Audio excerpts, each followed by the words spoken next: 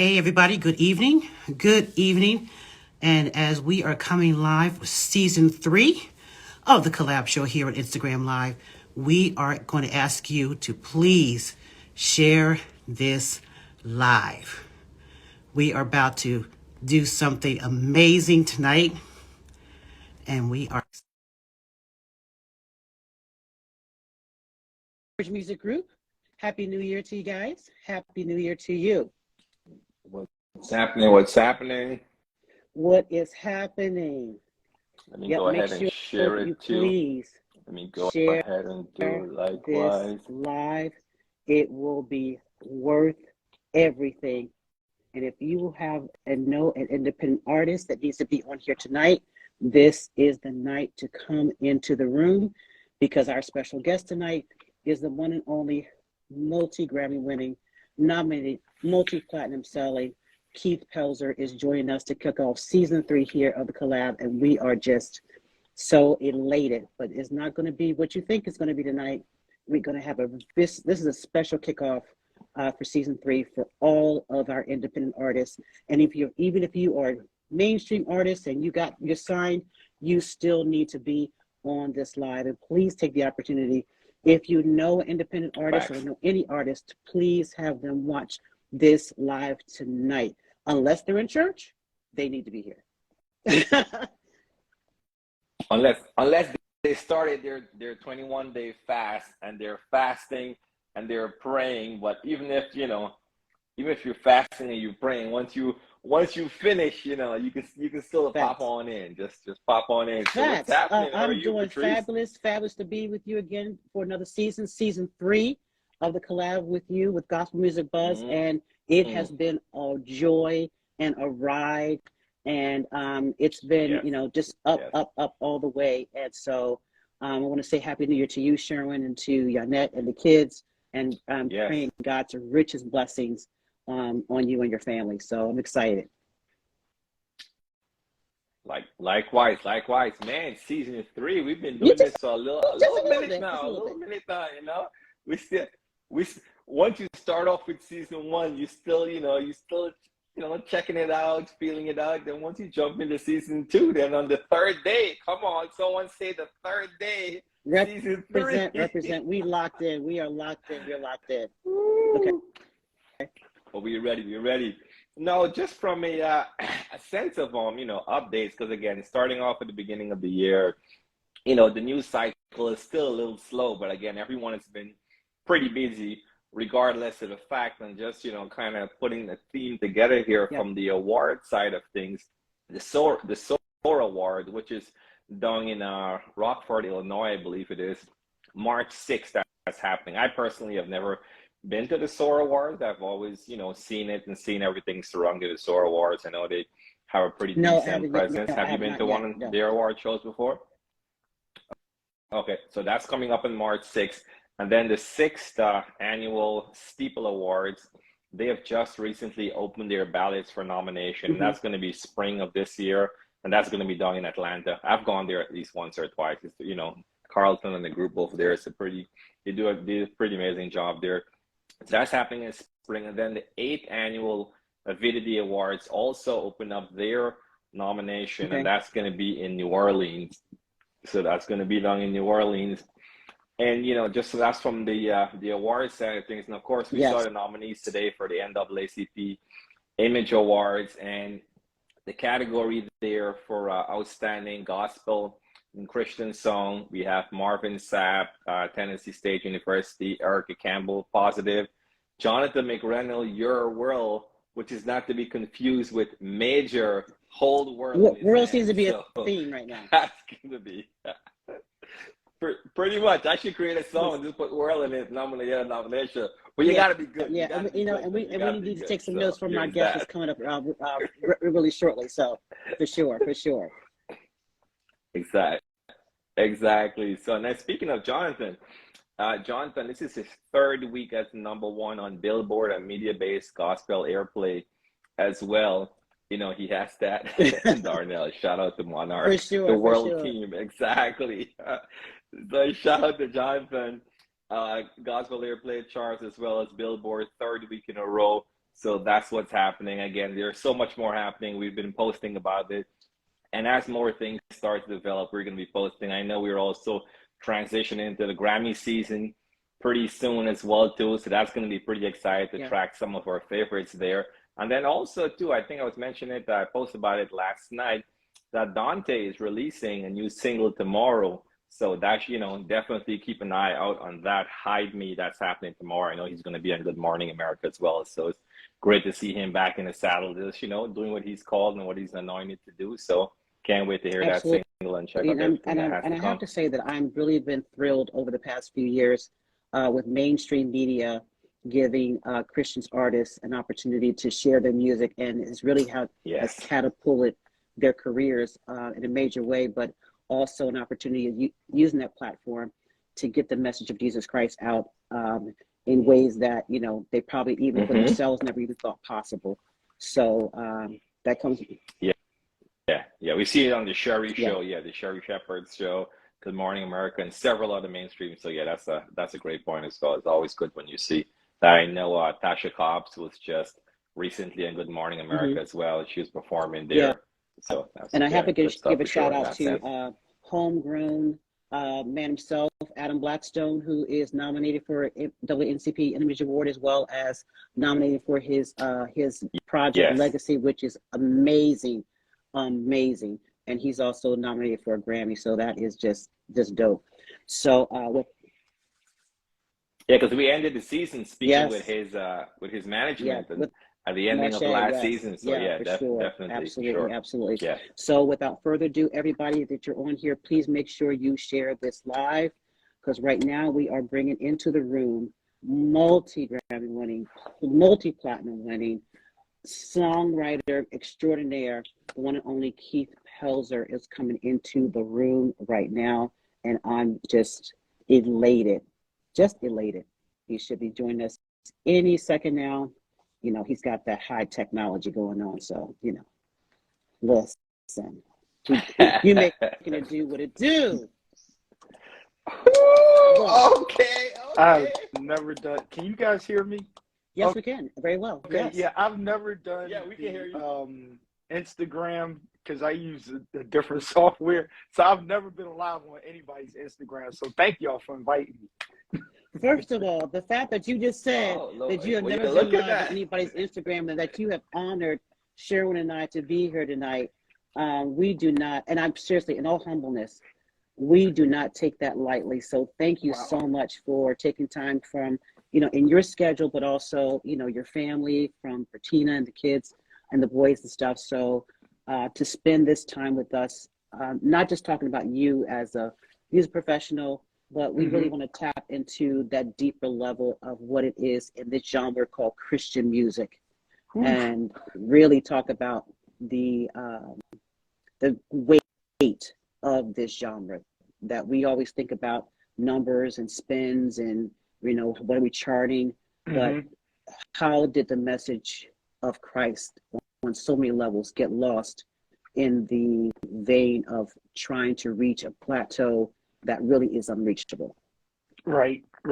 So, you know, you let me know you're ready to get started, and I'll just, you know. Listen, we are here right now, but first of all, I just wanted, for those of you who do not know the one and only Keith Pelzer, you do know his artists and you do know his music, from Jill Scott to Will Smith to Musiq Soulchild to so many others. Musiq Soulchild, and the list goes on, I'm sure. Your pen is fire. Ooh. Well, let's say my fingers, because I'm not the lyricist. Producing, much, yeah. But you said pen. I'll receive it. But you know, so you know, just the creativity is definitely a gift, and I know that's something that you don't take for granted, and you're very humble about the accomplishments, and it's really just a testament to, I guess, your upbringing, your faith, your anchor, and that constant reminder that you this gift, it wasn't just something that you just gave yourself, that is a gift from God. And so let's talk about that journey a little bit in terms of just the honing of that gift and what's that been like for you? Wow. So as far as like the honing of the gift, is that somebody's dog? That's your dog, right? Okay, okay, no, no problem. Yes, Listen, I'm that just is nervous that because is I'm my normally dog. used to a whole bunch of other stuff. But so let's go. As far as like gift and calling, I'm a pew baby, so that kind of makes life easy, or the answer easy. So when you grow up in church, you're actually surrounded by, especially in the Black church, you're surrounded by music if you have an old school church. And whether it is naked in the sense of you don't have a musician or you have a full band. So shout out to Jeff Bradshaw, right? I mean, at his church, it's just like every instrument is played. Like it's like an orchestra there, right? And in the Black Baptist church, you may just have the old upright piano. And the drums were people's hands and feet. It may be Hammond if you're lucky. Yeah, you might be lucky to have a Hammond or a pipe organ that nobody wants to touch except for the skilled musician. But cutting across the field on that, it's that you had singers back when I was growing up. And this is nothing on great singers or bad singers. I'm not on that argument. We had singers, right? Yeah. We had people that even if you were to take somebody today that sounds very great singing, and you take somebody comparable back in the day, you'll always pick the back in the day person because the struggle was different. Yeah. Okay. So so that struggle, there's a little bit more feel coming out of that. You know, Whitney's movie is out, great movie. The reason why we felt Whitney as an artist is because the struggle is a lot different than the artist that's out now. That granted, tomato, we can argue all day relative. Is Whitney better than her or Beyonce or somebody like that? Children of that next generation, they wasn't there with Whitney. So they're listening to a record. So they're like, all right, I still think my artist is better. And so, you know, but to answer that question, I come from where it was cultivated. Yes. It was cultivated. FYI, y'all gonna love this. Fatine from Kindred, Fatine and Agent. Fatine's grandfather was the deacon at our church that had that Sam Cooke style and everything. So we're like family. Me and Fatine's like family. And a lot of people don't know that because he doesn't put the church thing out there, but he comes from singing. Yeah. That's amazing. That's amazing. And I was just thinking, you know, who was the first music teachers were the people at the church. Yes. And if you didn't have a music teacher, you went over true. As a kid and just started, you know, tinkling with the ivories, trying to, you know, crank out a couple notes. And maybe somebody's in the church that did play would maybe show you a couple of chords or something like that. But for the most part, a lot of the musicians, honestly, they honed it just by practicing, and sometimes didn't even know what they were playing. And I think that that's the true authenticity of just crafting that skill just by that tenaciousness of wanting to do it. You know, you saw maybe a guest musician come to the church one day and he played, and you're like, you know, mesmerized by it. Okay, let me try and see what I can do, whatever, and sneak off and do it. And then next, you know, your skills are just being honed until, you know, one day somebody brings you under their tutelage and you kind of take it from there, or you kind of see something outside and start going, you know, playing in clubs or things like that. And, you know, Keith, it's the shed. It's the shed really started in church. Yeah. I was just about to say that, because a lot of times, even kind of, you know, growing up, once service is over, all the musicians just came around, and it was more of a compliment. It wasn't a comparison. Everyone is complimenting each other. Everyone is going at it. This person pulled up, plugged in, and before you know it, service is finished, but they're still going for an additional few hours and just learning and just, you know, sharing and just building off of each other. Iron sharpens iron. That's it, Sherwin. That's how we looked at it. I just saw an interview with Brian Moore, and I love it when I hear Brian shout out John Roberts and John Roberts shout out Brian. They don't have to do that. They're both great. They made their own names. Yeah. John never says Brian, he was out there before Brian, or Brian never says, well, this, that, and the third. And them two used to go at it. Like, it was like, we looked for them to battle, but our best battles was still a shit. Yeah. You know what I'm saying? It's like Sherwin said, you know, I see my buddy Pete is in here. We know Jill Scott very well. He's from Philly. So like you said, soul music. And Brian Pittman, I see you out there, and many others. but we had what I call cool competition. Yeah. Because it was a place that we would gather so that when you are separated and in an environment where other cats you don't know, you still were sharp and you represented well. That's what we're missing now. We used to make sure, like, if you didn't know how to do triplets, you know, John and Brian's going to sit there and show you, like, listen, we break this down. And I do recommend you go to school and learn, read the music. But if you don't choose to do that, at least stay sharp. And we would help each other and say, here's where you need sharpening at, so that when you go out, you know, that was the whole thing, you know, and you would look for somebody to be the best in the room because you didn't want to really be the best in the room. Brian knows I'm telling facts. Yeah.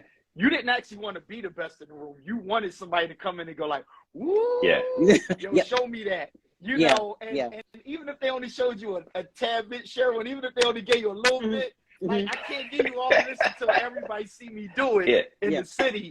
We still were giving, you know, we still were giving. Yeah.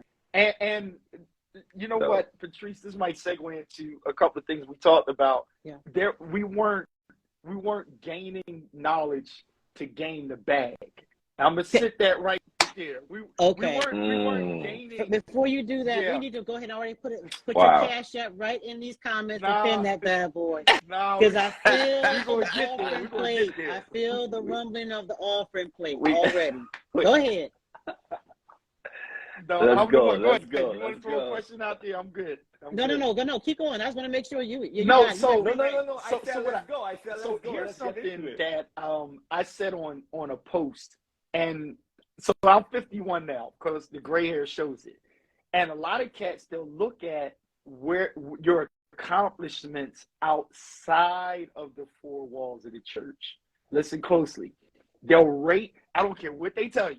They're going to rate your accomplishments outside of the four walls. You come up in church on the 7 last words service to preach. All the straight church people in there, everybody that's all church, you know, you might have your favorite preacher. So we got hoopers in Philly. I mean, as the old man say, he can preach the horn off of Billy Goat, right? And that means, and you got the best one to do that. But you get on the same platform and they bring you up and all you got, is he just the pastor of 50 Banana go, but he's a Grammy Award winning producer, go, now they ain't got nothing to do with theology. It's about accomplishments. Bring the other guy up and say he owns a whole block on Germantown Avenue where y'all buy y'all shoes at. That guy is a little bit more special because of his accolades outside. Yeah. Now, when you get church musicians, church singers, back in our day, once James Poyser and John Roberts is on tour with CeCe Peniston, when they walk up in the church, they don't even have to play. You know why? Because they were on stage, on TV. Yeah. So we're kind of like, you kind of get a pass unless we get jealous and we say, you ain't all of that. So now this whole church connection, one thing I'm going to drop tonight, everybody, you got to hear it, and I'm going to tell y'all, this is just a Keith Pelzer perspective. It's we have to learn to connect outside of the church for our business and what we're trying to accomplish. Too many people incarcerate themselves to the pew, but they want to be Kanye West. They incarcerate themselves to the pew, but they want the success of Jay-Z. They incarcerate themselves to the pew. Wow. And it's because they're scared. And what we've done is we've done pulled away and we try to blanket gospel when what we're really trying to say is we've lost our look on theology. Wow. So that's why most of our new songs don't even contain theology. They just make you feel good. Okay? I'm not saying they don't contain you got that good beat. Stuff, but they don't have theology built in them. Yeah. You see what I'm saying?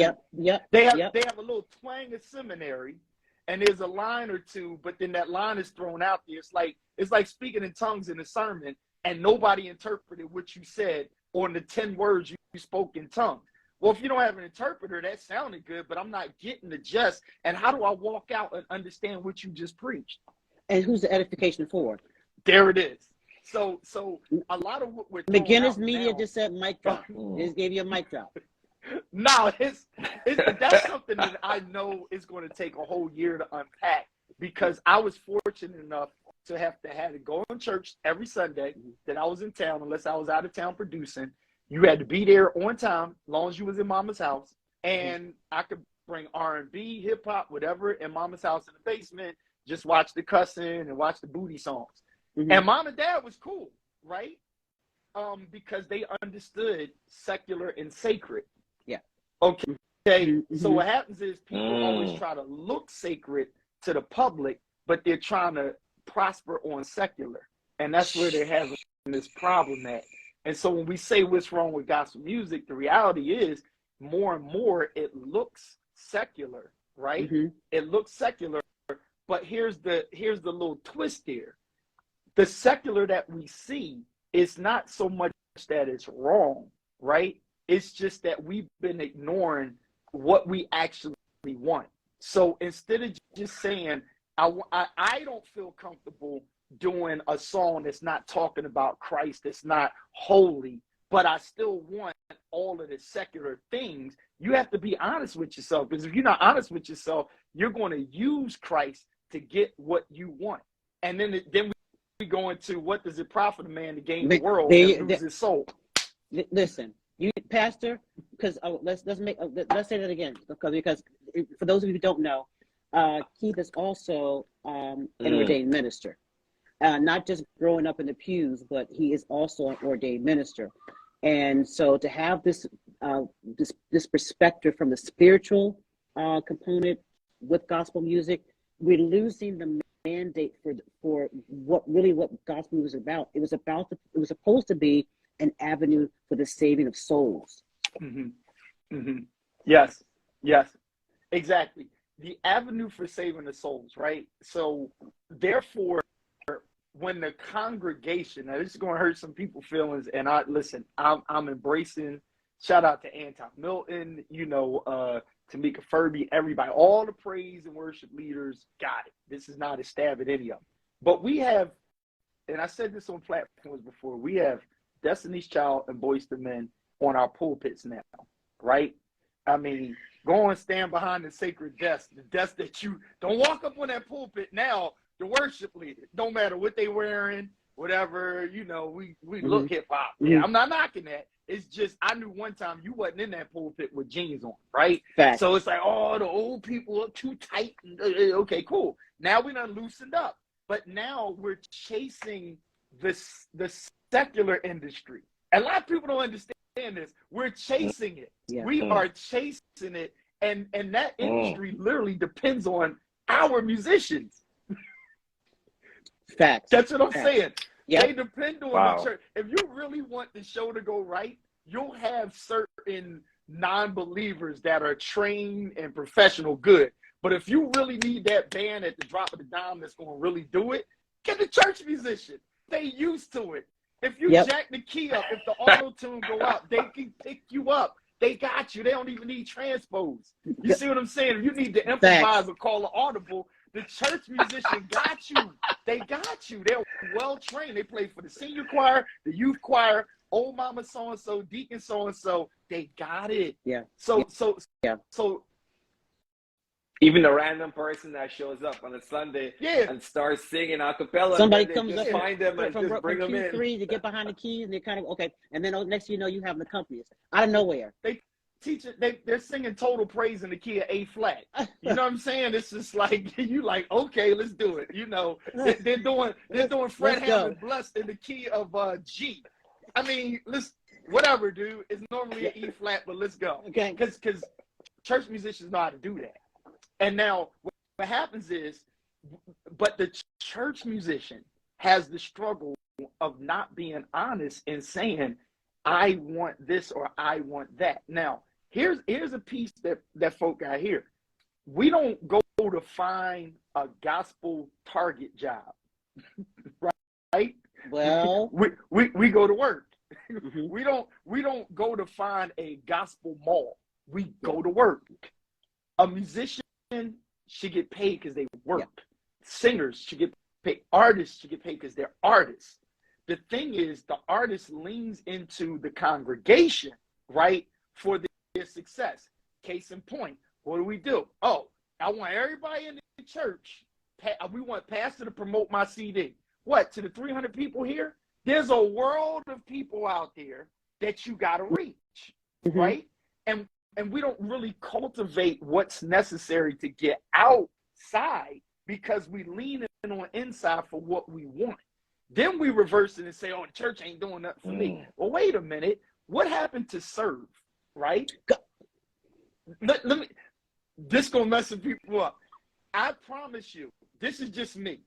From whether we believe in tithing or not, my giving of my time and my service, getting paid $50 a month, then $50 a Sunday, maxed at about $250 before my daddy died. Understand this.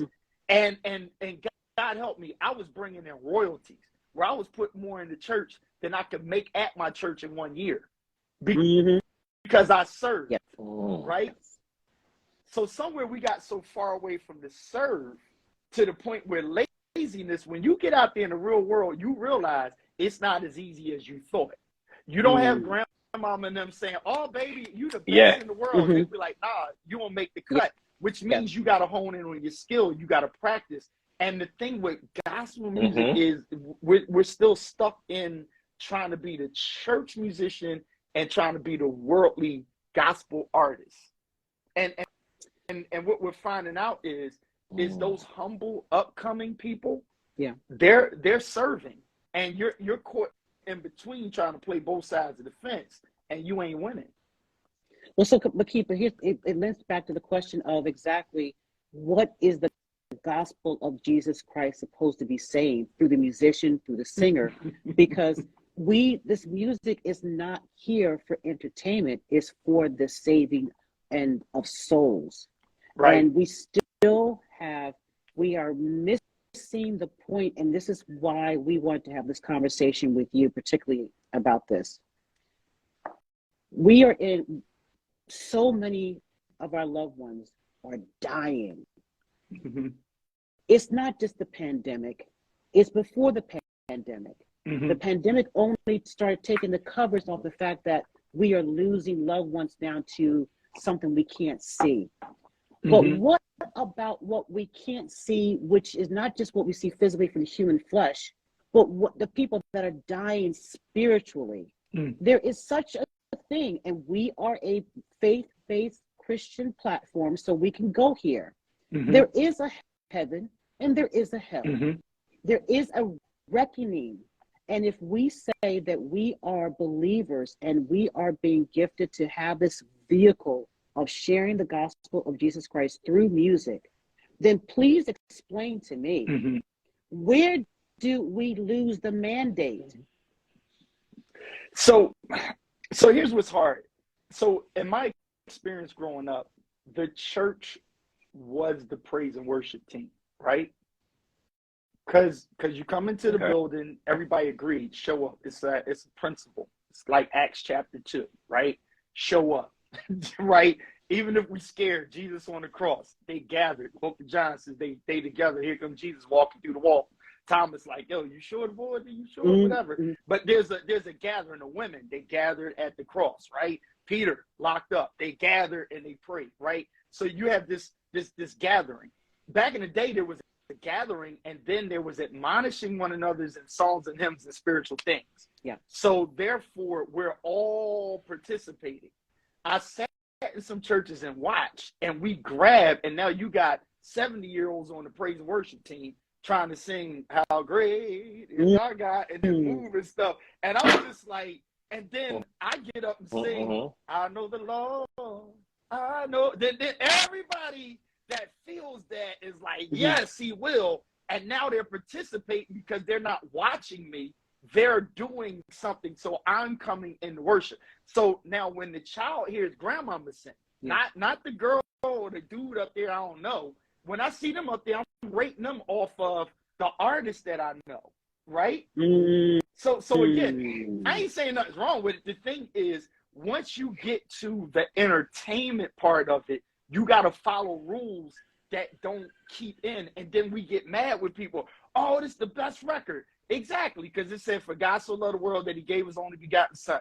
But if you ain't got a trap beat on it at the right time, if you don't have the right soul music on there, if you don't sound like X, Y, and Z, gospel artists using auto-tune. I mean, and they don't even need it. You know why? Because you got to play the game. And so the struggle there is, if you call yourself an artist, that's what you do. You understand what I'm saying? Yeah. But the thing is, you have a lot of artists that are not theologically based. Yeah. So it's kind of like, just sing a song and be inspirational in what you do. Because some songs that we don't even call gospel are more inspirational than some gospel songs. True. Yeah. You see what I'm saying? Yeah. Well, no, I was gonna say, and that's a good point, right? Because again, a lot of times, and just kind of looking at this from the opposite side is exactly what you said, right? You're gonna hear the argument for, well, if it sounds too churchy, we can't reach the world because we're competing with a world song, we're competing with all these beats, and if I put on, even for like my teenager kids, right? If I put on certain songs, they're gonna look at me like, what am I doing? But if I put on like a Lecrae, like a 1K Few, I put on something else, then it's just like they're gonna jump into it and they're gonna be dancing, they're gonna be doing that. But then in the end, when I ask them, okay, what is he saying? What is he talking about? Then it's like you're more hype over the beat than when it comes to that. So for some situation like that, what would you say then would be that equal balance in between? You're wanting to compete with what's out there, but at the same time, you want to keep the message strong with what you're doing. So, like, what would you say is that equal ground? We're at a point now where conversation matters. So I just stepped down from pastoring, right? And my church, we closed it, right? And so not from preaching, but from pastoring. Now, it's amazing. New Year kicked in, and I sat down with my son, my 11-year-old, and I opened his Bible up, and I started reading some scripture to him. We had a conversation, we prayed, done. He's back on Roblox, right? And he's going to listen to Michael Jackson the next morning, and he's into music. He's kind of like not looking for a song to lift him up as much as the example and what I show him. So he'll listen to what I listen to, but he's not in a generation that he's looking for, oh, I need a Jesus song. No, give me the word. Give me an example. Here's what Daddy preached today when he went to Pastor Aiken's church, and he's good. And he can relate with that to his friends at school, the whole nine. He got a word, right? So now, again, there's a lot of work to do if I choose to be a gospel artist. What am I saying? You got too many gospel artists that don't know Bible. You see what I'm saying? And vision-wise, see what you're saying. People call me the sneaker preach guy. Shout out to Stephanie Lou, Randy, Kennedy. I see y'all on here and the people I miss. But I don't go live and say, here's the sermon all the time. I'm just like, hey, we're going to talk about these AirPods. And in that, I can build an illustration that makes sense. People call Kurt Franklin too worldly, and it's kind of like, I look for Kurt to flip a sample, a hip-hop sample. I look for him to give me a club joint and bust that song in there. I'm feeling you. He found his lane, So again, it's a struggle. Like, and I don't like to leave things at a dead end. Yeah. But being successful in the music industry, I've worked with a lot of people that were like, hey, you work with Jill, you work with so-and-so. Okay, I'm trying to do this Floetry type joint, but I'm be like, Jesus is, and all right. And I'm like, nobody's going to go for that. You see what I'm saying? Like, nobody's going to go. Like, first of all, that example hurt me so bad on the inside. I really just almost want to end this live. I really almost want to end this live. Like, okay, and that's the problem too. Stop trying to be someone else that you are not. You are exactly. You have been given talent. You are not here to be a carbon copy of somebody else. Yeah, get inspiration. I get it. I get it. But to now want to sound like them, no, they are them. You have a distinct sound. Mm-hmm. Right? develop that sound? Well, you said no. I'm away to you, and I was gonna say because I read some. It might have been a poster or something that Keith said, and he mentioned being confident in who you are without needing to compare. So you were talking about comparison and being confident who you are without needing to be compared, and then that is so true. I believe you were at an event or something when you were talking about that. It was at actually PJ Owens' event, Build Brand, yes. And I mentioned that piggybacking off of Jonathan McReynolds, I had my saying of it, but I like the way he put comparison kills, right? And that whole thing about comparing, it is natural. So you have to make the statement because it's natural to measure yourself against, which is not wrong, but people are trying to find a lane. Again, the caveat is like being honest, like being a preacher's kid and being a church guy. I was almost embarrassed because we had a song, shout out to my friend Darren Henson. Him and we did a song with Selena Johnson.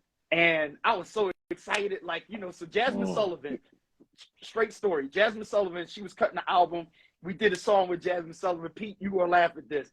And Jasmine just stopped, like, I'm not doing anything. So we shopped the song. That's naturally what you do. We shopped it. Selena Johnson's like, oh, I want this song. So we like, oh, we want to get on her album. So we cut a couple more songs. Then she writes to one of the tracks. And I'm in church and Darren texts me like, yo, you got to take a listen to this. And the song is like, slowly, he laid me down, blah, blah, blah, blah, blah. And, it's like a real sexy song. But it's like, here's the check, right?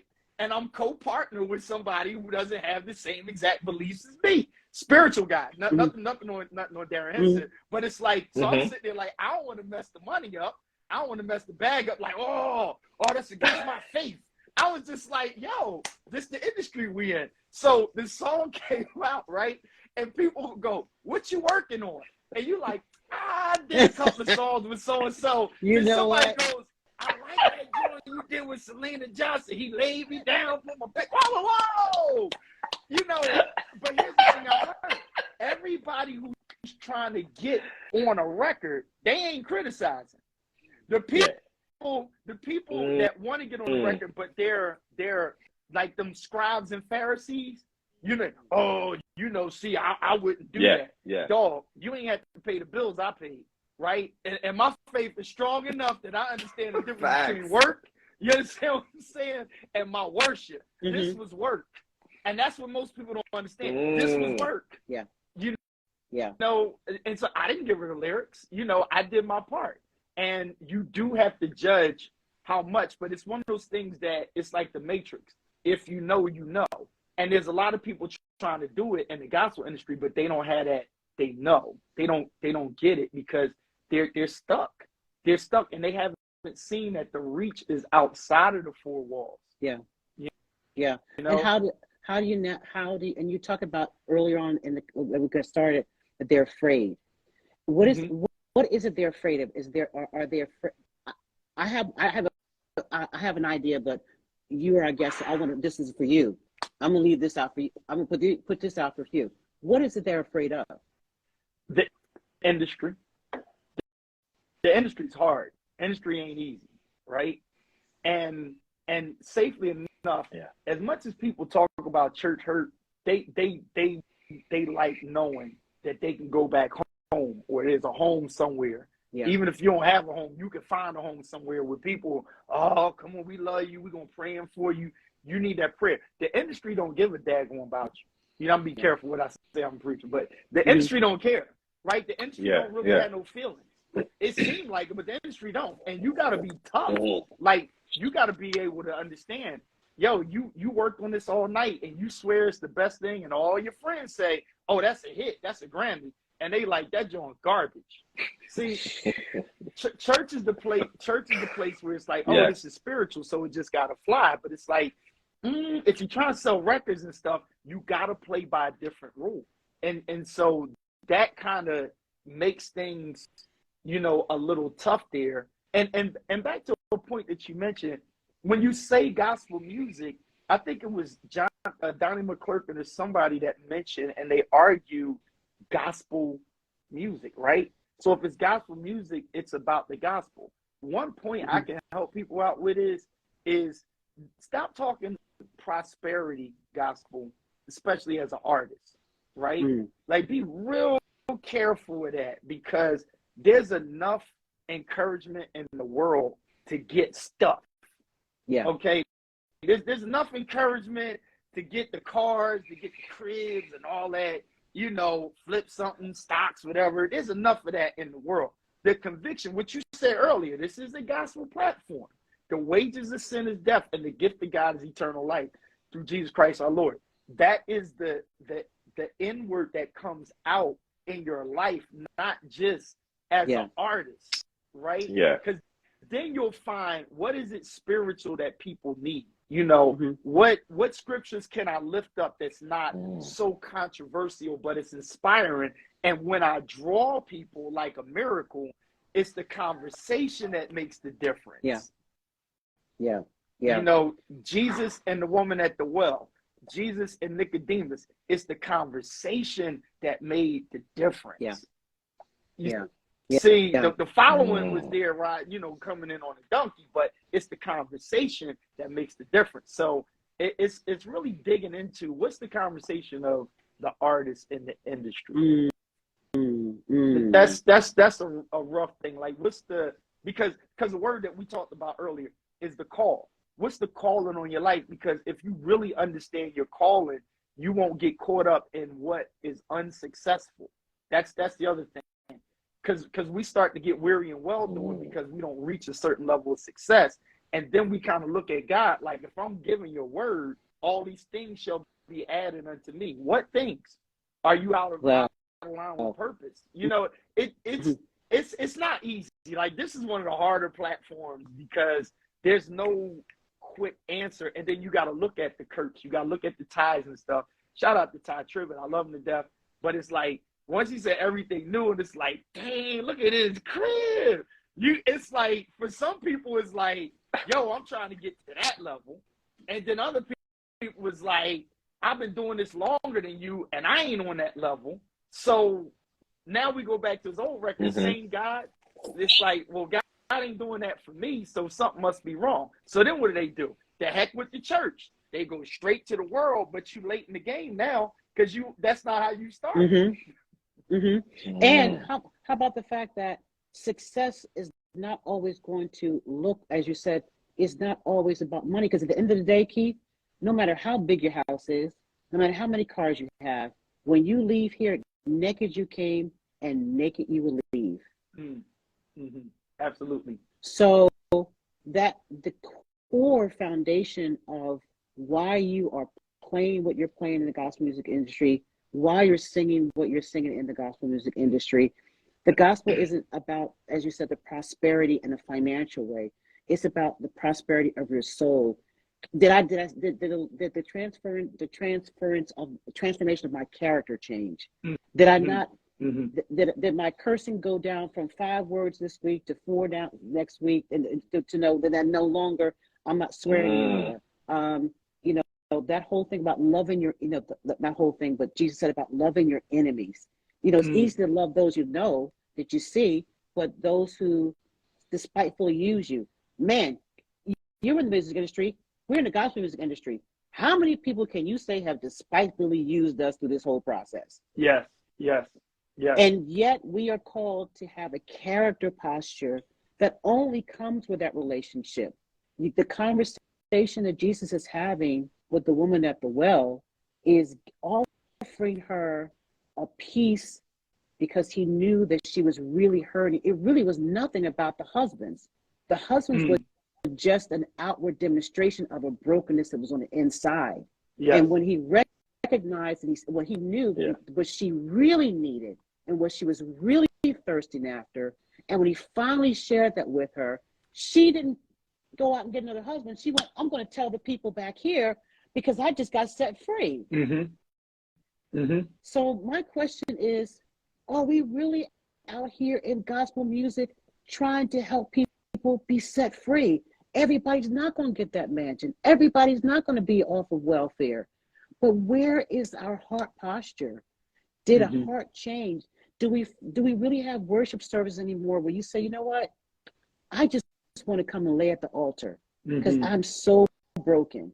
I don't even, so, I mean, I'm not taking over, but I just wanted to kind of talk about the foundation of the gospel itself and what it's about. And just sort of hoping that there will be a reset somehow, some way to understand this is not the gospel of you. Right. This is the gospel of Jesus Christ. And if you don't know him and spend time with him, how are you writing and singing about him? If you just want to get a hit, Jesus is not the way to do it.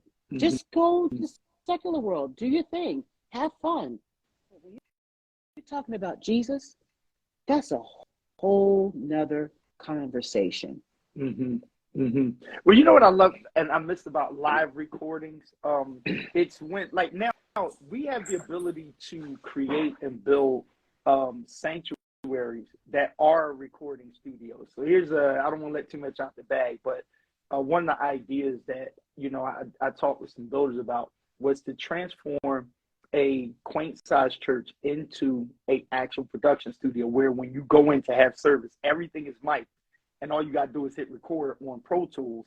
And we, especially in the Black church, are perfected in what we do, right? Choir directors, you know, think of the old choir directors, like take the gum out your mouth, sit up, you know. Listen. We have I miss that. Maddie. I miss Maddie Moss. I miss her.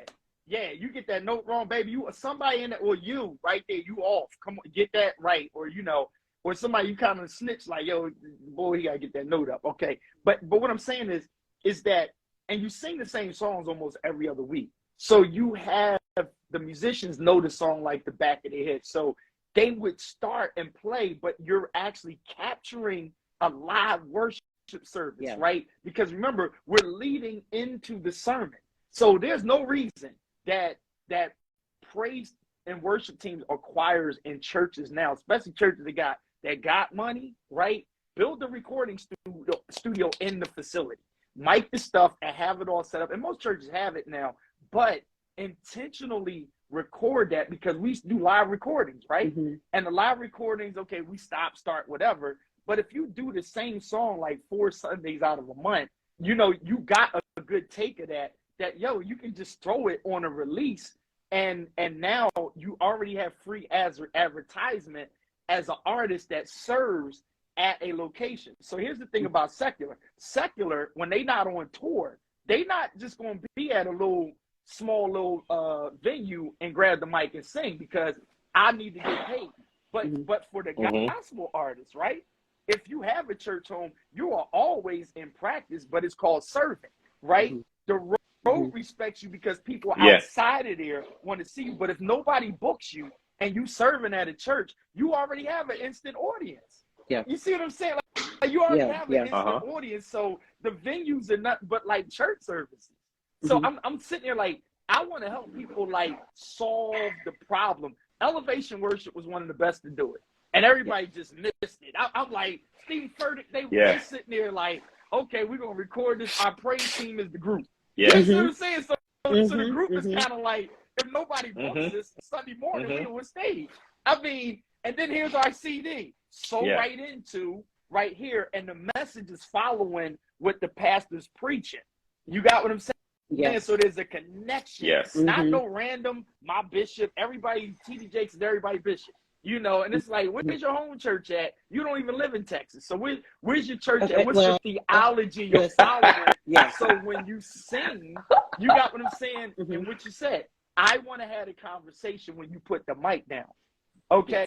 Yeah. And then then we can level out these arguments of musicians don't get paid enough, and then musicians that rob the church.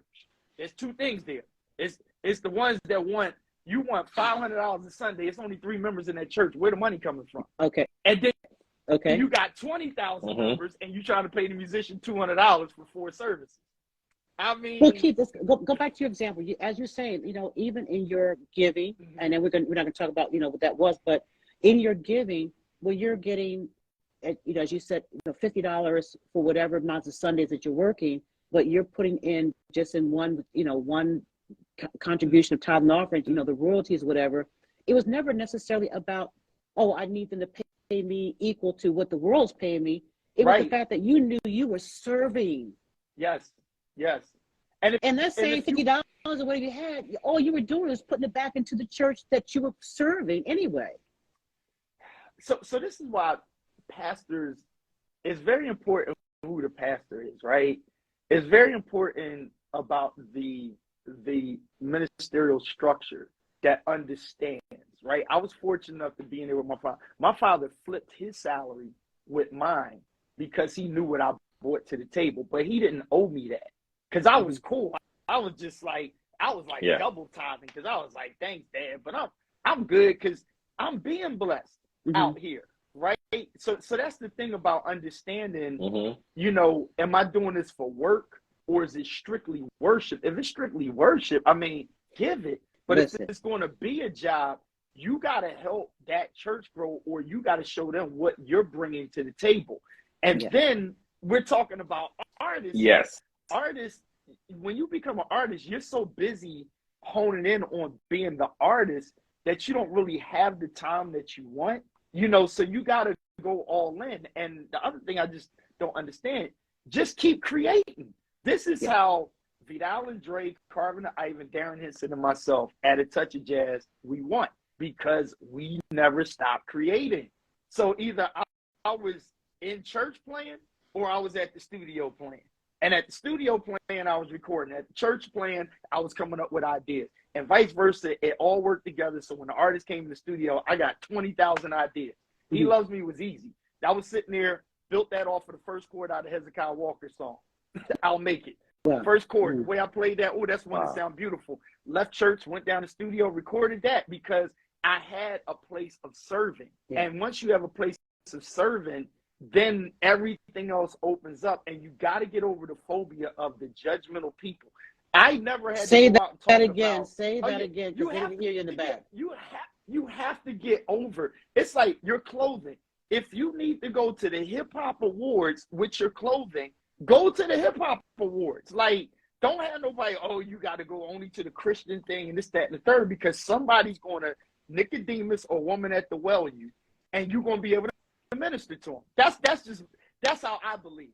Let me tell y'all, transparency. Listen, I'm you talking done gave me a whole word. How'd you slip that in there? Bro, what's your cash at? Listen. I was in a room and I'm talking just weed everywhere, right? Just weed everywhere. And out of nowhere, somebody's like, Keith, a church guy. And a whole spiritual conversation came up. You have to be able to have the Nicodemus moments even in the weed room. I said it. Because go ahead. But you see, go ahead, show. No. I was gonna say, but I think that ties back to what you said earlier, right? You also have to be well read and well studied of the word, because when that moment presents itself, you have to be able to speak truth and not just your opinion. You got to bring that biblical truth, because that moment will present itself. But if you're not read, if you're not, studied of the word, when that moment comes, it's going to just pass right by. And then you're like, I'm not having an impact. But you're not having an impact because what are you giving out, right? So I think that ties back into what you said. And I mean, I could go on forever with this stuff. I mean, but go ahead, Patrice. No, because I really want you to continue that point, because what came to mind was the flack that Jesus got for who he was hanging out with. Luke chapter 15. Come on. He wasn't hanging with the people in the synagogue. He was out there in the public, in the streets, having dinner with the Pharisees, the tax collectors, the tax collectors, the prostitutes are finding their way to him, but he is having a conversation to touch exactly where the broken places were. Well, okay, so see a comment someone said, get over the judgmental. Because look, first of all, shout out to This Is Nikki. Nikki has joined us here. I'm scared. Nikki. What's up? Shout out to Nikki. This is Nikki is in the building. I mean, she does social media for everybody. So listen, look, case in point. Nikki is not Reverend, prophetess, Nikki, somebody that does a platform. She's Nikki, period, right? When people got to know me, I'm just Keith. I wasn't Pastor Keith, you know, the spiritual guy. I wasn't even the Grammy Award winning producer. I'm just me, right? I'm just me. But that means you cannot have the fear. And I think that when we think gospel, right, we start to have this fear. But again, we want everything that the secular has, right? But we want to kind of feel religious in it. And again, the gospel is not about like trying to sell it, right? Yeah. It's not about trying to sell it. You can make a living. Kirk Franklin showed this, right? But the best thing about him is he don't care what y'all saying. You know what I'm saying?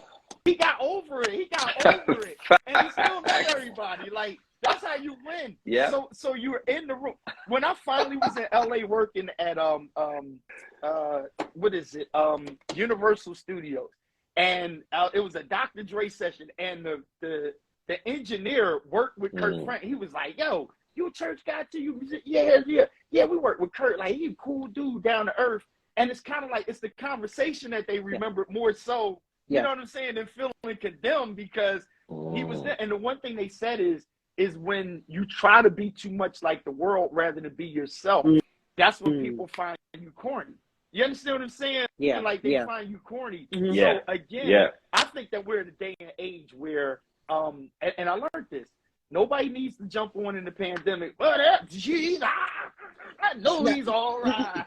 Everybody listening to you doing all of that. You gotta know. Too much. It's too much energy. It's too much energy. It's too much. So back to this gospel music thing. I think we've categorized it so much, and the people that are winning, they understand the secret, right? It's two things. You don't beat up on the church, and then you don't have to be so churchified with everything. If you got a message, just get a message. You know, if that's you, let it be you. If it's not, be the artist that God called you to be. Just be the artist. You understand what I'm saying? Yeah. It's to me, it's not that hard. I think Denzel Washington is more of a pastor to most people than some preachers. And you know, this is the guy that got some of his famous lines. It's kind of hard to repeat on here, but I love him.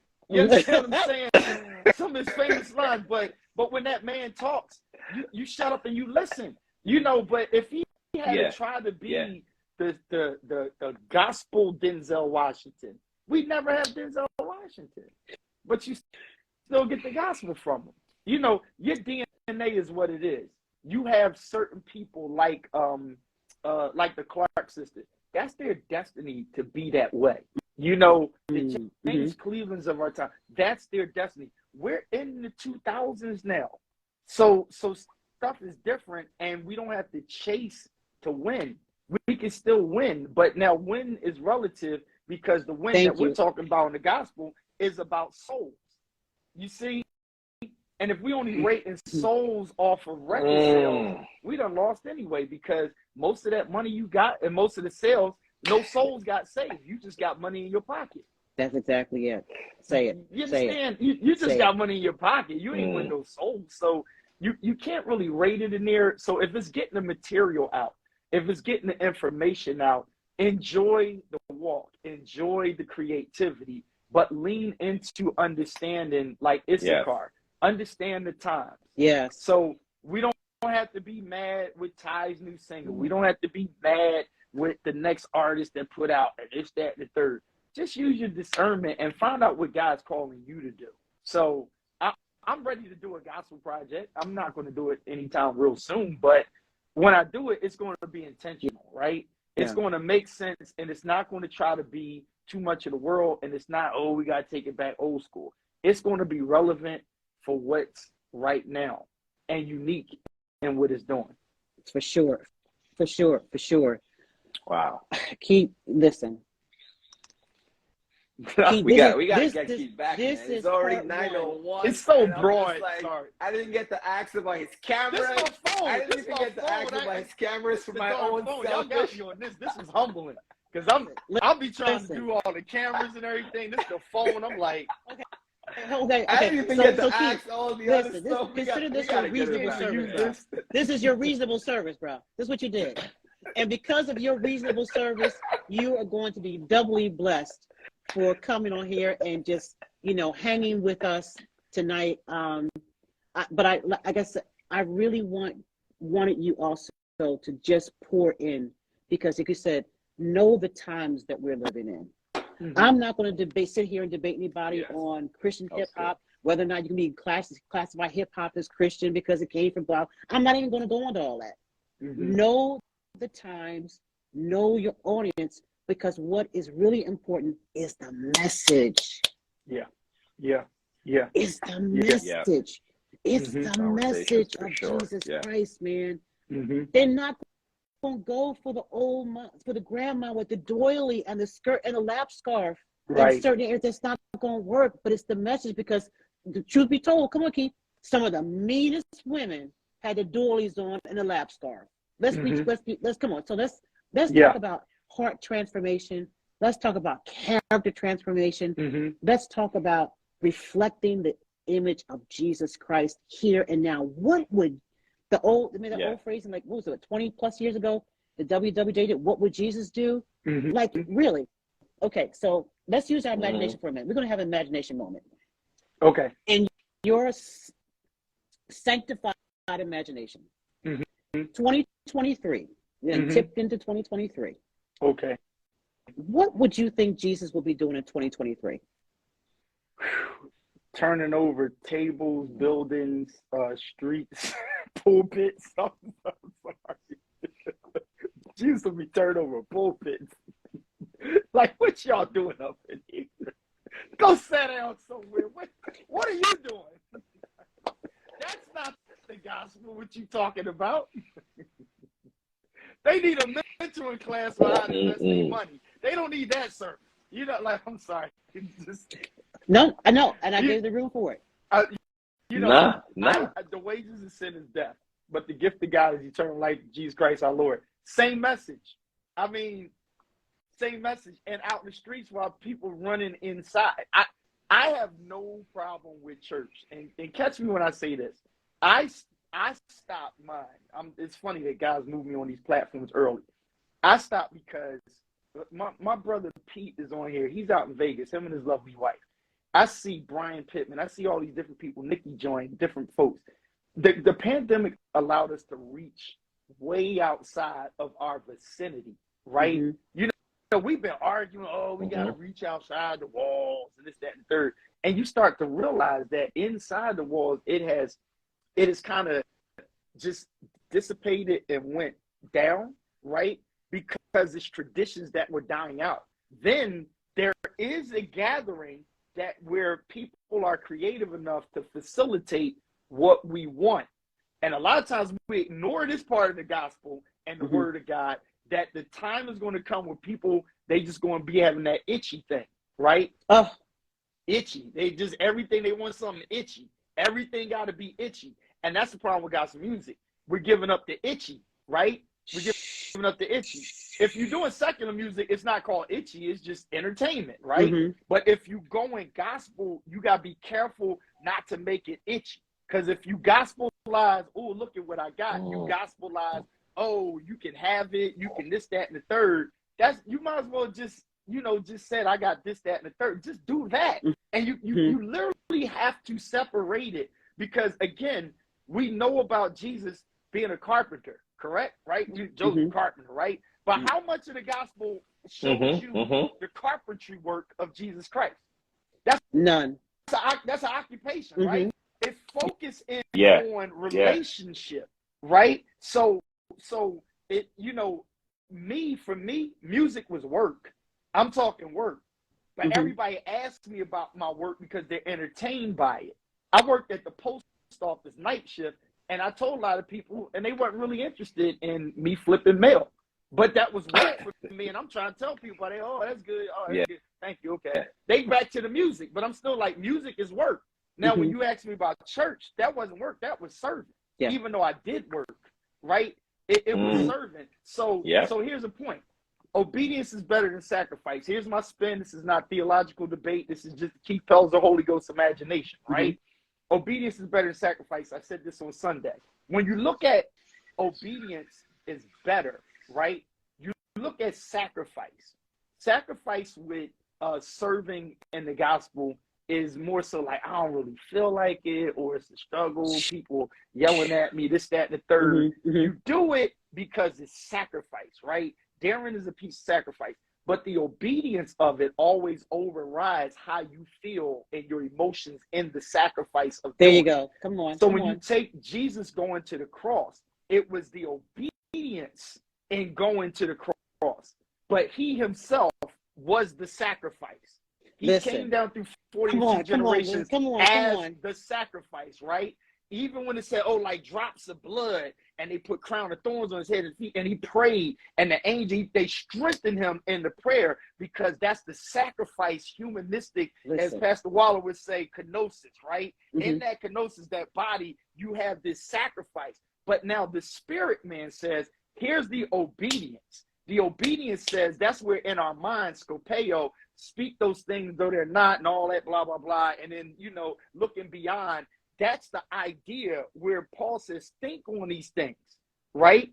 And there's peace that transcends all understanding. So when you in that obedient part, you open yourself up to getting to the doing, so that you have the strength to make the sacrifices that you have to make.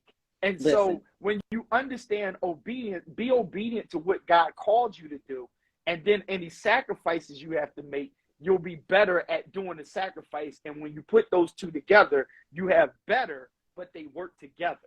Okay. Now, so I'm going to just go Sherman, because I'm about to take off out the gate. I'm going to let Sherman go because I have a question. Go ahead. No, I want to read a few quick comments.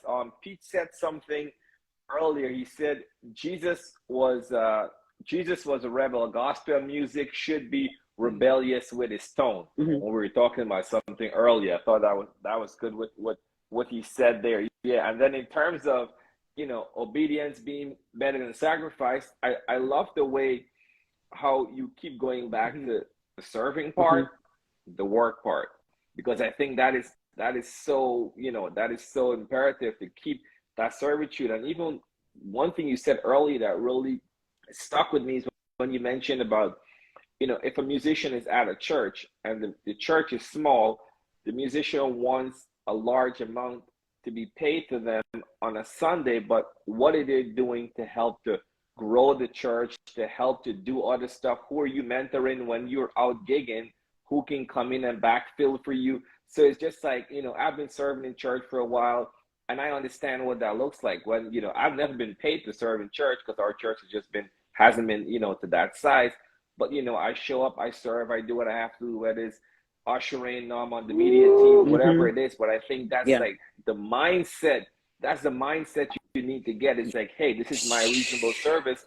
And if you want something else, what are you doing? Think of it like a startup. Like, what are you doing to help to build this thing up so that we can all help to prosper from, you know, to push the message farther for what's going. But you touched on a whole lot of stuff, and definitely, you know, once this is replayed, once we even transcribe some stuff from this, like, we keep everything archived. We take nothing down. Jesus. We want to, because you touch on a lot of this stuff. So I had two brothers. I'll name them CJ Branch and Jersey, right? Now here's the crazy thing. Jersey and I, we did a lot of stuff studio, and he was MDing for Floetry, right? Jersey's at percussions, and he would get the band and stuff together. When I needed him, when I did my last 6 months at church, Jersey came in. Man is worthy of his hire, right? Because he doesn't belong to my church. But brotherhood, it's like, okay, I'm going to take care of you. I'm going to pay you what I can. Yeah. He took what I give him. I was paying musicians out of my pocket, the organist and the drummer, because we weren't bringing in an offering to do it. Mind you, I'm not on salary, okay? Salary gone. Pandemic, salary gone. Thank God for royalties, right? So here's the whole thing. All my needs, God shall supply. I believe that. Now, I knew that the road got bad for musicians as well. So Jers would have came and just played if I needed him. He would have took Uber, gas money. this dude set me up that every time, and because he served, every time he went out of town, doors opening up. I'm like, oh, doors gonna open up for you. He like, yo, Pastor, I won't make it this Sunday, but I got somebody coming in. And he's sending me the dopest people, and they coming there off the strength to him, and they like, yo, you pay me what you pay him. They ain't asking for more or nothing. I'm looking like, you sent this guy here? And they like, no, just give me what you give him. Fine. And he's taking care of me because he understands serving. Service. Because he's not looking to make the dollar off of the local church. He's looking like, oh, God is opening doors because I have a connection with serving. That principle right there, I don't know how else to put it. Like, I'm not saying that's the only way, but that is okay. Austin Woodland, one of the most phenomenal players. He plays at Enon. He plays at his home church. You pay that guy, and he plays 1,000 instruments. Right. He plays anything. He plays tuba, triangle, whatever you name it. Like, he figure it out. He'll play a stick and a leaf if they got sound to it. But the thing is people like that, if you have that skill set, those are the people that you're paying that whole salary. But for the guy that just learns a couple of chords and stuff, but every time they play to get the money, but then they want to go in the studio and cut a record and stuff. And I'm like, dude, this takes sacrifice. This takes cutting record after record, not knowing if it's going to get placed or not. You see, that's a whole nother conversation for another time. But the rule ain't changed. And I think his name is Lamont Graves. He's a lawyer, and he's saying the same thing that we did with Jazzy Jeff back in the day. Same thing. It ain't changed. We put different artists out there and tracks and stuff, and our manager went to LA and was like, this stuff is garbage. Oh, could have hurt our feeling. They said it's garbage. It sucked. They ain't understand our vision. So, we said, oh, the heck with y'all. We took our own artists. We built, we cultivated, and we said, here. And next thing you know, who is Jill Scott? 2 million people know. Okay, so all these singers and gospel, I'm trying to spread the word and stuff, looking for instant gratification, instant money and stuff like that. No, y'all, and church is the way to do it. That's how the musicians get to know the singers. Singers get to know the musicians. Then we have the money and stuff to go record it. Everybody got a laptop. Record this stuff. And then stop expecting the money to just come in and offer the message. Because now, here's the thing, Patrice. I got to shut up. Here's the thing. At a certain point, we start competing with the pastor who studies theology day in and day out. You studying riffs, you making beats, you making hooks and stuff, and you writing a couple of lyrics down, biting off the sermon that the pastor preached last week. The pastor is sitting down, comparing scripture. He is digging in the Greek and Hebrew and preaching it to grandmama all the way down to the grandkids. You take a piece of that sermon and say, oh, I'm going to throw a song out there, and you want to get paid more than the pastor. I need how that some work? fire emoji. I need them hearts to be going all up and down this live right now. How that work? It don't. A lot of pastors they missing a lot of royalties because I'm going to leave that alone. Okay. I'm going to leave that one alone.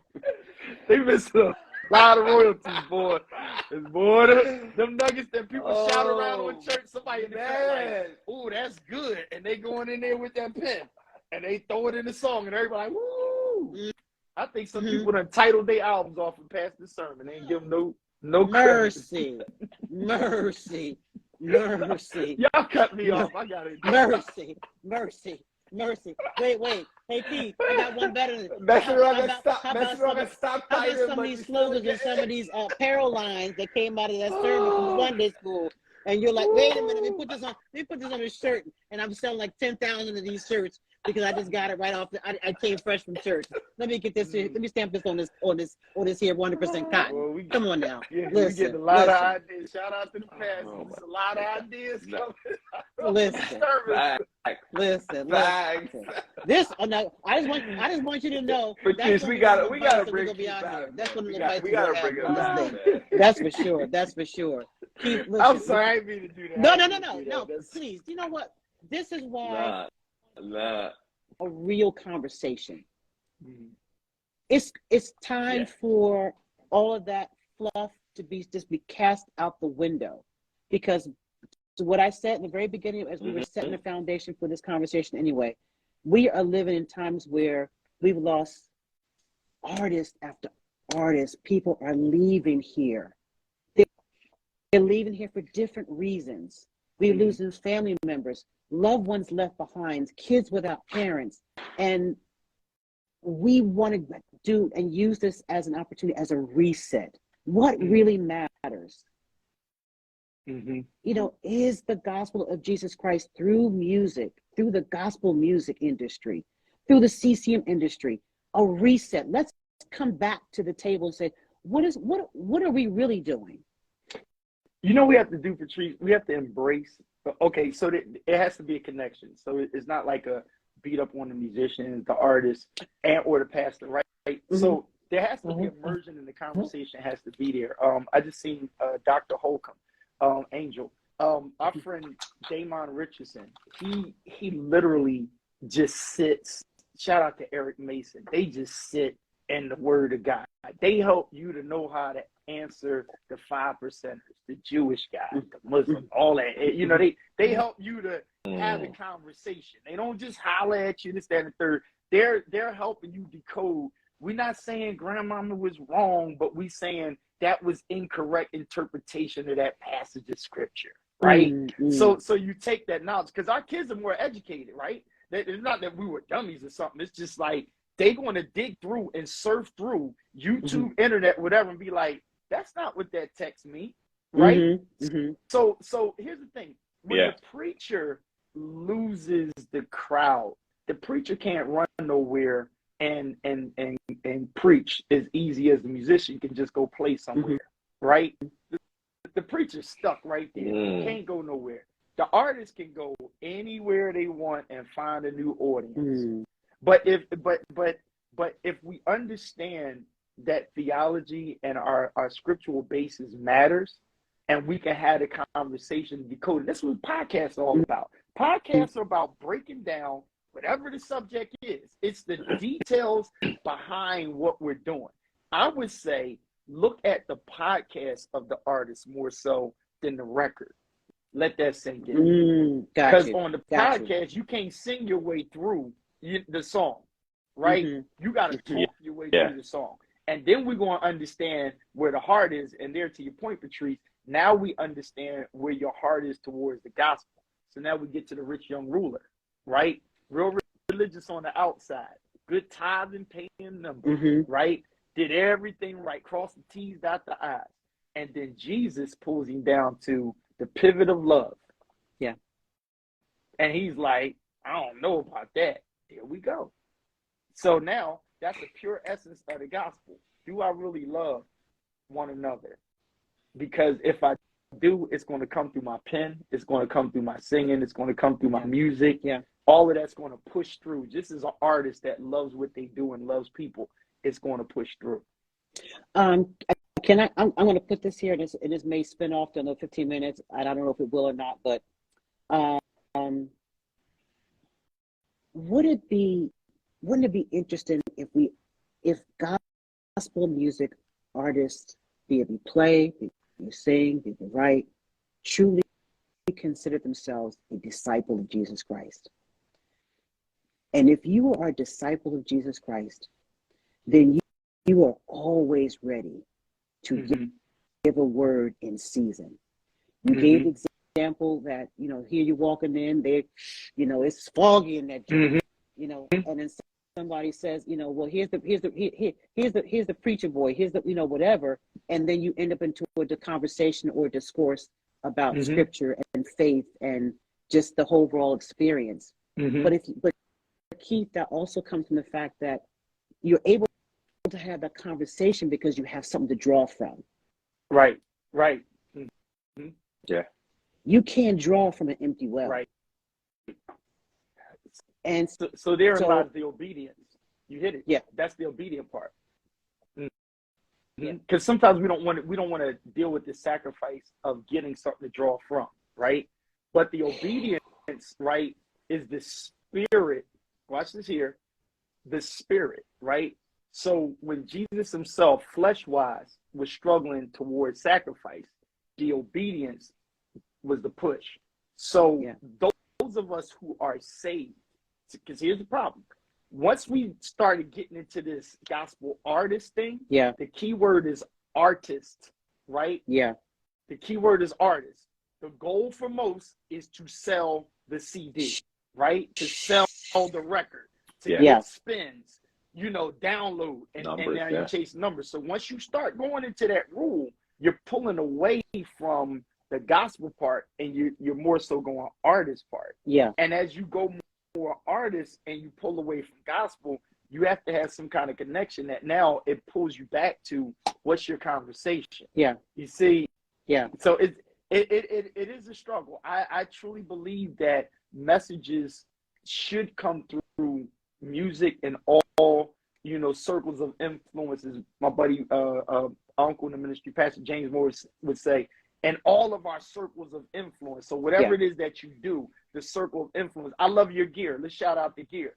It's cool. It's retro, and it's not trying too hard to be something that it's not. And it has a message just putting it on there. Whether you wear the soprano shirt, alto, tenor. Now you got to have a conversation. What does that mean? I'm a part of a team. Yes. Right? Correct. I know my assignment. I know my lane, right? But together it makes a beautiful sound. And so that trend there, the microphone on the hat, that looks secular and sacred at the same time. It pulls the discussion. Music, it pulls the discussion, and your company represents the gospel, right? Yes. Your company, but you're not trying too hard to be something that you're not. You see what I'm saying? You found that lane. So once people understand, I know my buddy Pete said before, once you understand who you are in your calling, you are going to be free. That's why I was able to walk out of the pulpit, because I'm like, I know my calling to preach, but I understand pastoring ain't the thing for me right now. Yeah. But guess what? But here's the deal. You are still pastoring, but you're not behind a pulpit. Boom. Come through. And that's the message. That's it. That's the message. And don't be afraid to be different. I finally had to put aside the fear of looking different and embrace who I was. And once I started embracing who I was and understood my assignment, I walked in it a little nervous. So I'm not going to lie and say I wasn't sure. But once I walked through it, there's a freedom, Keith, that I have never experienced. And there's still more freedom to come, because also through the process, I learned about me and my relationship with him. And what is my assignment? My assignment is not behind a pulpit. My assignment is to, as you said, we're all here, and I'm going to use this tag. Everyone here on this planet is here to rep their section. You're here to rep your section. And your section in the earth is to bring the message of love, life, peace, and bring joy into the hearts of everybody you come in contact with across the globe. So that is the message. It's the message of peace, the message of reconciliation. No, I may not have that, that penthouse in Manhattan, but where I am, man, you can't, as we used to say, the old notes, what I have, you can't take from me. That's this joy that I have. The world didn't give it to me, and the world can't take it away. Absolutely. I love it. So, So, Keith, just give a word of encouragement, man. That's what you do. Just give a word of encouragement as a reset. Got to look at my posts. I try to do it through my pictures and everything. Tim Worthing, what's going on, brother? You know what just stood out to me, where in Acts 7, there's that phrase we have, take off your sandals, the ground you're standing on is holy ground, right? When you think of Jesus, as the old preachers say, he came down through 40 and 2 generations, he walked this earth, right? The walk, it was holy in the vicinity, not necessarily the earth. The earth is the fullness. The earth is the Lord's and the fullness thereof. But everywhere we step is not holy ground, right? Everywhere we step is just not holy ground. We are holy and we step into grounds, right? Yes. And so when we are holy and step into grounds, we reach. And I think the clarity for artists, and this is not conclusive, the clarity for artists is stop being fearful of what God's calling you to do. You know, for some people, we need to put more time in our connection with God and worship and just be the artist. You know, think of a jazz musician. There's not really, you can't really actually have gospel jazz, can you? Let it sink in. I'm not saying it's not a genre, but if jazz don't really, I'm talking about the jazz that's instrumental. You know, you can't really have classical gospel music. You can have you can play a classical version of a gospel song that's identified with lyrics, but if you just create music, music itself is not necessarily gospel. Even if we try that David push, right? I was just going to go there. Even if we try that, it's the soothing part. So it's whatever soothes you. It wasn't no lyrics popping off like "When peace like a river," and it's like, oh, David soothed my soul because he sang my soul happy. It said he played. So listen, music has an emotion that connects. So don't just think because I'm a church person that the only thing I can say out of my mouth is, you know, yea, though I walk through the valley in the shadow of death. Give them your experience. Yes. You know, like give them your experience in life, and you might be shocked, like, wow. I mean, Joe wrote in our song, "You love me from my hair follicle to my toenails." That's like God knows every hair on your head. I mean, okay, listen, but that's like the Lord know the very hair on your head. That's the way I hear it. You know, shout out to Andre Harris. Woke up this morning, smile on my face. I feel Jesus in almost anything that I'm listening to. It's kind of like chew the meat, spit out the bones, and those things that you don't need to listen to, you just turn them off. There's a Blues Clue. I don't need to listen to the rest of this song. That's not going to do it. You know, so live. That's all I can say. I got to cut across the field. Live. Now is the time to live. Stop complaining about the church hurt, right? Just get past it. The Holy Spirit is intelligent enough to tell you, let that go. Part, I said on the platform last night, and y'all don't take me wrong on this. Don't mess it up. Acts chapter 27. Right? Acts chapter 27, it says, everybody gonna be all right, but I can't say much for the ship, right? I said if we were on the ship, we would our anointed self, oh Lord, I pray that you hold the ship together. You're the God that can hold the nail in the wood and keep the ropes together. That's our prayer. But he said to Paul, I can't promise you nothing on the ship. The ship is done. You got to ask yourself what ship in your life is done and trust God for the broken pieces, right? All right? Some people don't want to hear that now. We like to twist scriptures and stuff. This is my Holy Ghost imagination, but read the text. And so I said on the platform last night, and y'all, I'm going to say it real slow so y'all don't hear it the wrong way. We got to learn to let that ship go. I said it clean. Let the ship go. Yeah. Okay? Yeah. You're going to be all right. So some people, you need to let us go back to church. Other people, you got to get out of where you stuck in and live. God ain't tell you to write a commentary. God told you to write a book, not a commentary. You understand what I'm saying? Yeah. They're going to know you're a Christian. They're going to know it. And when they come to you, that's when you unpack it. Yes. There you go. Keith, man, listen. Bruh. Yo, Kenny Lattimore, let me tell you something about Kenny Lattimore. I got to drop this. Kenny Lattimore is an R&B artist, correct? Right? Great R&B artist. You let that brother in your church and ask him to sing a song in praise and worship, he will go in. Promise you. He will go in. Folk be laid out on the floor because he's a worshiper. right? Listen, And nobody listen. cares in that moment that he's a secular artist. Come on. Okay.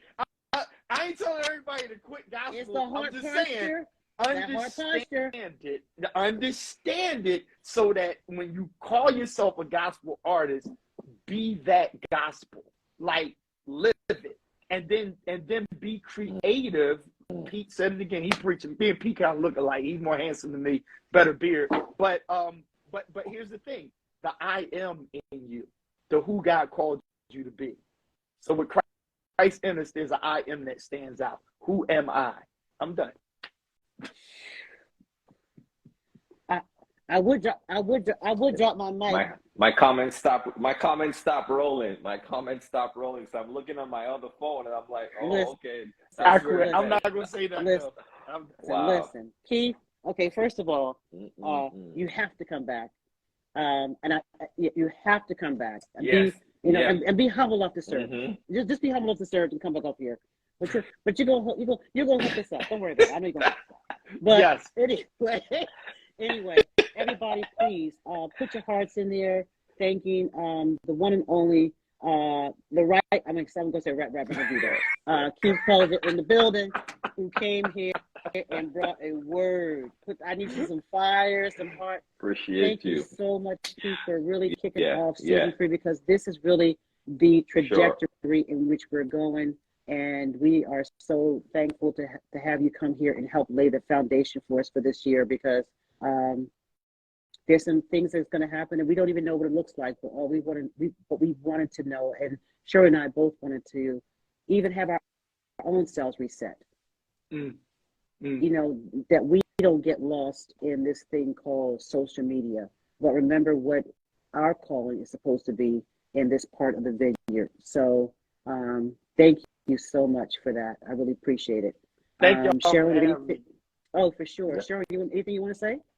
No. I just want to say again, thank you. It's always humbling, you know, whenever someone of a certain, a certain stature, you're talking to the person for the first time, and then the humility, right? Because you work with so much, done so much, but you're here spitting knowledge, being humble, and just sharing all this. It was definitely a complete treat just being here and just listening and talking and so forth. So again, amen. We appreciate you so much too. Man. God bless y'all. Thank you so much. So everybody, if you want to follow Keith Pelzer, Keith, please let them know your social media. They know you anyway, but just for those who just dropped in, Pelzer. No, ain't that many people know me. It's just Keith Pelzer. A lot of people don't even know me. I'm just nobody trying to tell everybody. You don't know that, Patrice. I do. About somebody who can save anybody. Save your soul. My mom would sing that all the time before, may she just rest in the Lord. Yes, she did. And I'm so grateful for that. And you just reminded me of her when you were singing that song. So that I got a little nod from somewhere. So right now, everybody, thank you so much for being with us here on the Collab Show. Right now, listen, my co-host right now is Keith Pelzer. Oh, you guys. Anyway, shout out to Sherwin. I don't know what happened. I don't know if his phone died or what happened, but we will be back next Thursday. Obama was calling him on the other line. Got you. Okay. Obama was calling and he had to get off. Listen. So he said the phone cut out. So anyway, on behalf of Sharon Wins from Gospel Music Buzz and myself, Patrice Lesser on the Indigo Inspire Live, thank you so much for joining us as our special guest season 3 kickoff with the one and only Keith Pelzer. Listen, I'm not even going down his resume. Look him up. Just as Patty LaBelle would say, just look me up. You don't know who I am, just look me up. So that's anyway, my girl. That's my girl. Everybody have a great night. Right. Wonderful new year. Be safe, be healthy, and always remember here on Indigo Inspire Live, it's not just a vibe here, baby. It's a whole mood. Have a great night. Peace. Peace.